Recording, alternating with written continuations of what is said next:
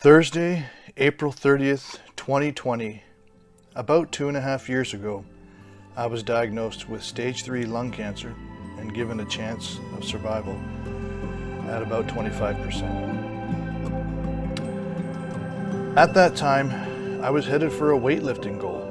I wanted to deadlift 500 pounds. My PR stands for personal record, was 475 pounds. I was so close, and then I got my diagnosis. I have been a gym bro for most of my life, and I have always done strength training of some kind.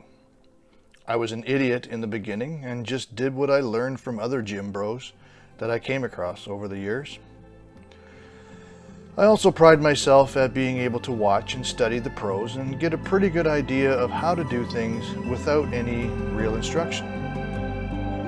When YouTube came along, I quickly realized that there is just no excuse for not knowing how to do weightlifting movements correctly and efficiently. Of course, there's a lot of bro science out there, but if you're careful, you can find useful information. You may wonder, what got me into weightlifting? Well, it all started with me being a scrawny little kid and my dad buying me a bench press and some weights around the age of 13 or 14. I never asked for it, so I guess I was a little too scrawny for his liking. He didn't provide me with any instruction whatsoever. It just showed up in my room one day, and I guess I started using it. I had no idea what I was doing, but I probably started doing bench press and bicep curls to get started. You know, because that's the only two muscles that matter, right? Well, one thing led to another, and here we are today, still a gym bro, but a little wiser, I guess. So, after I got my diagnosis, I kept lifting weights for a couple weeks, but I kind of lost my motivation. My chemo and radiation treatments were right around the corner, and I just didn't see the point anymore. I stopped lifting altogether. I had to start preparing for the possibility that I might die. So the chemo was aggressive, and I got sick, even after the first treatment. And as I received more chemo and daily radiation, I continued to get more and more sick. I started taking all kinds of medications to combat the symptoms of all the different side effects, and it was becoming unbearable. So, before you start your treatments, the oncologist explains to you all the possible side effects, but also assures you that most of them only occur in 1 to 10% of patients. Well, guess what? I am in that 1 to 10%, and I experienced all of the side effects up to and including a pulmonary embolism right before my last chemo treatment. I never got to do my last chemo treatment. That pulmonary embolism almost killed me, literally. The doctors had actually contacted my family, unbeknownst to me, of course, and told them to prepare for the worst. 70% of patients who experience this level of PE don't make it. A PE is essentially a blood clot that gets stuck in the lung and stops oxygen from flowing. I had 7 or 8 of these in my right lung. I obviously made it through, but part of my right lung is dead and will likely never come back. When I finally came home from the hospital, the PE and all the other side effects had taken its toll on my body and my mind. I was weak. I had lost 40 pounds. I was on an IV at home that a nurse came and checked on every day. I had palliative care doctors coming a couple times a week to help me feel more comfortable and prescribe me any meds I might have needed to relieve pain and other symptoms. I couldn't walk without a walker. I had a special chair in the shower, and basic daily tasks were just exhausting.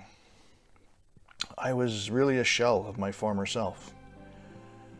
Once the IV came out, my doctors and family and friends encouraged me to start going for walks to try to get my strength back.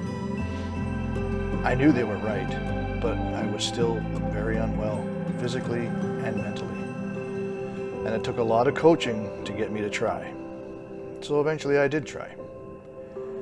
I took my walker outside, escorted by a friend, and I just walked up and down the sidewalk a few meters. I did a little more each day until I could walk around the block, still with a walker. I got a little stronger each day until I didn't need the walker anymore. I walked further and further every day. I was now walking about 2 kilometers per day, and that was like climbing Mount Everest for me. I was still down 40 pounds. My appetite was not very good, and my mental state was in the toilet. But walking around a few blocks was an overall improvement, I guess. One day, I'm not sure if it was November or December, my cousin, who also happens to be my best friend, told me he had this gym goal he wanted to accomplish, and he wanted me to coach him. I was a mental and emotional basket case, but I agreed to help him. He says, "You don't have to work out, just give me some direction and help me with my technique." He's from another city, but he started coming down every Sunday to get coaching from me. Now, I often ask myself, did he know that getting me back into the gym, even as just a spectator, would revive the itch to start lifting again? I don't know, but it was a brilliant idea, because if that's what his intent was, he was right. It worked. I said to him one day, "Let me try." And I started lifting. Just very lightweight, a small fraction of what I could do before. But he was a great supporter, and he encouraged me to keep going. It took a long time, 2 years, but I'm back to the strength I was at before cancer, which, by the way, seems to be all gone. The cancer, that is. My best friend reached and surpassed his goal and has set new goals. Now I'm working on mine. My old goal. It was so close I could taste it. And this is me, 8 weeks ago, deadlifting 475. Again, precisely what I lifted before my diagnosis. Nothing was in the way this time. I kept aiming for that target of lifting 500 pounds, which brings us to today, Tuesday, December 27, 2022. Just me and the bar. I have tunnel vision now. The rest of the universe doesn't exist. And I know I've said in the past that I don't want to be defined by my fight with cancer. But I just want to take this moment to say, fuck you, cancer! Fuck you! I beat you, bitch.